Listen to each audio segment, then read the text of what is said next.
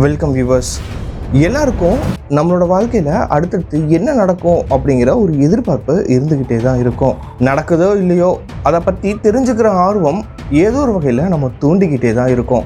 அது மாதிரி 2025 முடிய போகுது. இந்த மாதிரி முடிகிற சமயத்தில் நம்ம எல்லாரும் எதிர்பார்க்குற இல்லை உலகமே எதிர்பார்க்குற 2 நபர்களோட பெயர்கள் தான் பாபா வாங்கா மற்றும் நாஸ்ட்ராடமஸ். அதில் நம்மளும் விதிவிலக்கு ஒன்றும் இல்லை. அவங்க கணிப்பை தான் இந்த ஒரு பதிவில் நம்ம பார்க்க போகிறோம். இது தமிழ் டிகோட்ஸ் வழங்கும் த அன்ரிட்டன் ஃபியூச்சர்.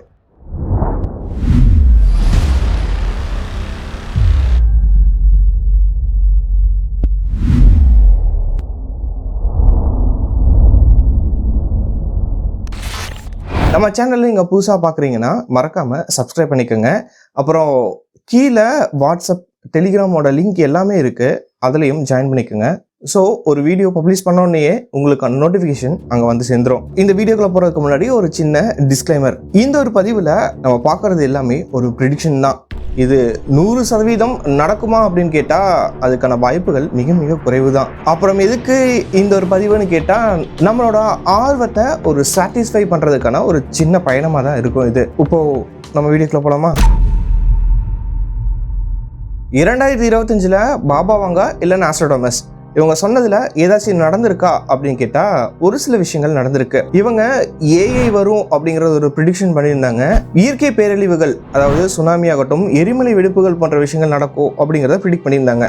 இது எல்லாமே போன வருஷம் நடந்திருக்கு. அதுக்கான சாட்சியாக நம்ம இருக்கிறோம். நீ தான் இது எல்லாமே ப்ரிடிக்ஷன் சொன்ன, 100% நடக்கிறதுக்கு வாய்ப்பு இல்லைன்னு சொன்னதுக்கப்புறமும் போன வருஷம் சொன்னது நடந்திருக்குன்னு சொல்றியே, அப்போது இதெல்லாம் உண்மையா அப்படின்னு கேட்டால் பாபா வாங்கா அப்படிங்கிற நபர் எழுதினதுக்கு கைப்பட எழுதின எந்த ஒரு புக்குமே நம்மளுக்கு எவிடன்ஸாக கிடைக்கல. யாரோ ஒரு நபர்கள் சொல்ல, இல்லை ஏதோ தேர்ட் பார்ட்டியிலேருந்து நம்மளுக்கு ஒரு சோர்ஸ் மாதிரி தான் கிடைக்குது. அதுவும் இந்தந்த வருஷத்தில் இதெல்லாம் நடக்கும் அப்படிங்கிறது மாதிரி எழுதி வைக்கல, எழுதி வச்சிருக்காங்க. அதை நம்ம இந்தந்த வருஷத்தில் நடக்கும் அப்படிங்கிறத ஒரு ப்ரிடிக்ஷன், ஒரு அசம்ஷன் மாதிரி பண்ணி வச்சுக்கிறோன்னு கூட சொல்லலாம். அப்படி 2026 நடக்க போகுதுன்னு சொன்ன மிக முக்கியமான விஷயத்தில் ஒன்று தான் வேர்ல்டு வார் 3. 2026 உலகப்போர் 3ஆம் உலகப்போர் தொடங்குவதற்கு ஒரு ஆரம்ப புள்ளியாக இருக்கும் அப்படின்னு சொல்லிட்டு பாபா வாங்கா கணிச்சிருக்காங்க. இப்போ இருக்க நிலைமையில் இந்த மாதிரி ஒரு விஷயம் நடக்காட்டி தான் ஆச்சரியப்படணும். ஏன் அப்படின்னா நிறைய நாடுகளுக்கு இடையே பல சண்டைகள் போயிட்டு இருக்கு. ரஷ்யா உக்ரைன் ஒரு பக்கம், அமெரிக்கா சைனா ஒரு பக்கம், சீனா தைவான், இந்தியா பாகிஸ்தான், இந்தியா துருக்கி, இஸ்ரேல் பாலஸ்தீனம் சொல்லிட்டு பல நாடுகளுக்கு இடையே ஏதோ ஒரு பிரச்சனை போயிட்டே தான் இருக்கு. ஏதோ ஒரு சண்டை நடந்துகிட்டே தான் இருக்கு. நம்ம நாட்டில் பஹல்காம்ல நடந்த தாக்குதலுக்கு எதிராக ஆப்ரேஷன் சிந்தூர் அப்படிங்கிற ஒரு ஆப்ரேஷனை ஸ்டார்ட் பண்ணியிருந்தோம். அந்த ஆப்ரேஷன் பண்ணுற சமயத்திலேயே 3ஆம் உலக போர் தொடங்குவதற்கான வாய்ப்புகள் இருக்கு அப்படின்னு சொல்லிட்டு நிறைய விஷயங்கள் நம்ம கேள்விப்பட்டிருந்திருப்போம். பார்ப்போம், இது வரைக்கும் இல்லாத பிரச்சனை 2026 ஏதோ ஒரு புள்ளியா ஸ்டார்ட் ஆகுதா அப்படின்ட்டு. அதே சமயத்தில் நாஸ்ட்ராடமஸ் படித்த இன்னொரு விஷயம், உலக அரசியலில் பிரச்சனை இருந்துகிட்டே இருக்கும் அப்படின்ட்டு. And extremely painful rearrangement of world ஆர்டர்னு சொல்லிட்டு ஒரு குவாட் பண்ணியிருக்காரு. இப்போ இருக்க நிலைமையில அமெரிக்கா, அதாவது மேற்கத்திய நாடுகள் தான் ஒரு வேர்ல்டு ஆர்டராக இருக்காங்க. அது கொஞ்சம் கொஞ்சமாக ட்ரிஃப்ட் ஆகிட்டு நம்மகிட்ட வர மாதிரியும் ஒரு இது இருக்குது. பார்ப்போம் இந்த வருஷம் நியூ வேர்ல்டு ஆர்டர் சேஞ்ச் ஆகுதா அப்படின்ட்டு. அடுத்துதான் ஏஐ. நம்மளோட வாழ்க்கையில் ஏஐ நல்லதும் செஞ்சுருக்கோம், இல்லை கெட்டதும் செஞ்சுருக்கோம். அது நம்ம நாலேஜை கெயின் பண்ணிக்கிறதுலையும் சரி, இல்லை நம்மளோட வேலையை ஆப்பு வச்சதுலையும் சரி, ஏஐ ஒரு இம்பேக்ட் பண்ணியிருக்குன்னு தான் சொல்லணும். அந்த ஏஐ மிகப்பெரிய அளவில் நம்மளை டாமினேட் பண்ணுற அளவுக்கு வரும் அப்படின்னு சொல்லிட்டு பாபா வாங்கா நினச்சிருக்காங்க. இது வரைக்கும் இந்த ஏஐ நம்மளை டாமினேட் பண்ணியிருக்கான்னு கேட்டால் இல்லை. ஏஐ தற்பொழுது வெறும் கத்துக்குட்டி நிலைமையில தான் இருக்குது. ஆனால் இந்த நிலைமையில் இருக்கிறப்பவே நம்ம ஏஐ கிட்ட ஒரு லவ் ஸ்டோரி எழுத சொல்கிறோம். நம்ம ஃபேஸை சேஞ்ச் பண்ணுறதுக்கு ஆரம்பித்து படம் எடுக்கிற வரைக்குமே இந்த ஏஐ தற்போது வந்திருக்கு. அது வேலையிலும் சரி, இல்லை நம்ம க்ரியேட்டிவாக யோசிக்கிற அந்த ஒரு விஷயத்த ஏஐ ஏதோ விதத்தில் ஓவர் ஷேடோ பண்ணிட்டு இருக்குன்னு தான் சொல்லணும். பார்ப்போம் ஏஐ நம்மளை டாமினேட் பண்ணுதான்ட்டு. அடுத்ததா ஏலியன்ஸ். இது வருஷம் நம்ம கேட்குற ஒரு வாட்டாக தான் இருக்குது. எஸ், ஏலியன்ஸ் நம்மளை இப்படியோ ஒரு விதத்தில் காண்டாக்ட் பண்ணுவாங்க அப்படின்னு சொல்லிட்டு ஒரு 4-5 வருஷத்துக்கு முன்னாடியே நான் கேட்ட மாதிரி ஒரு ஞாபகம். ஏலியன்ஸ் என்னதான் இல்லைன்னு சொன்னாலும் அதன் மீதான ஆர்வம் நமக்கு கூடிக்கிட்டே தான் போகுது. நாசா போன்ற பல விண்வெளி அமைப்புகள் ஏலியன்ஸ் இல்லை அப்படின்னு சொல்லிட்டு ஒரு தெளிவான பதில் கொடுக்கலைனாலுமே ஏதோ ஒரு மிஸ்டரியான ஆப்ஜெக்ட் பறந்து போகுது அப்படின்னு சொல்லிட்டு ஒரு வீடியோவை சர்க்குலேட் பண்ணாங்க. இது ஏலியனாக இருக்கிறதுக்கான வாய்ப்புகள் இருக்குன்னு அப்படின்னு சொல்லிட்டு பலதரப்பு மக்கள் பேச ஆரம்பிச்சாங்க. அது மட்டும் இல்லை, வேற்றுக்கிரகவாசிகள் இருக்காங்களா இல்லையா அப்படிங்கிற ஆராய்ச்சிகள் தொடர்ந்து நடைபெற்று கொண்டே தான் இருக்கு. பார்ப்போம், இந்த 2026ஆம் ஆண்டு ஏலியன்ஸ் கிட்ட இருந்து ஏதோ ஒரு சிக்னல் அது கம்யூனிகேஷன் வருதா அப்படிங்கிறத. அடுத்ததா பொருளாதார மந்தம்.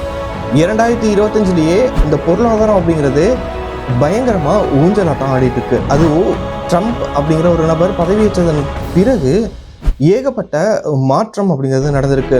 தங்கம் விலை இதுவரைக்குமே நம்ம எதிர்பாராத அளவுக்கு மிகப்பெரிய அளவில் உயர்ந்திருக்கு. அது மட்டுமா இல்லை, வெள்ளி, செம்பு மற்றும் உலோகங்கள் எல்லாமே விலையேறி தான் கிடக்கு. டேரிஃப் யுத்தம் பல நாடுகள் மீது டேரிஃப் அதிகமாக விதிச்சு பல நாடுகளோட பொருளாதாரத்தை ஆட்டம் காட்ட வச்சிருக்காரு ட்ரம்ப் அவர்கள். அது அமெரிக்காவுக்கே ஒரு பேக் ஃபயர் ஆயிருந்தாலும் மிகப்பெரிய அளவில் ஏதோ ஒரு வகையில் நம்மளும் பாதிக்கப்பட்டு தான் இருக்கோம். நம்ம மேலே பார்த்த ப்ரிடிக்ஷனில் இந்த ஒரு பாயிண்ட்டுக்கு நம்ம ஒரு பெரிய வெயிட் கொடுக்கலாம். ஏன்னா அந்த அளவுக்கான மோசமான நிலையில தான் நம்ம இருந்துட்டு வரோம். அடுத்ததா நேச்சுரல் டிசாஸ்டர். 2025 பாபா வாங்க கணிச்ச மாதிரி மிகப்பெரிய இயற்கை பேரழிவு, அது சுனாமி ஆகட்டும், எரிமலை வெடிப்பு போன்ற விஷயங்கள் நடக்கும் அப்படின்னு சொல்லியிருந்தாங்க. அது உண்மையாகவே நடந்துச்சு. ரஷ்யா அப்படிங்கிற ஒரு நாட்டில் சுனாமியும் எரிமலை வெடிப்பும் நடந்துருந்துச்சு. அதை நம்ம பார்த்துருந்துருப்போம். அதே ஒரு நிகழ்வு 2026லுமே நடக்கும் அப்படிங்கிறத பாபா வாங்க சொல்லியிருக்காங்க. இது நடக்காட்டி தான் ஆச்சரியம்.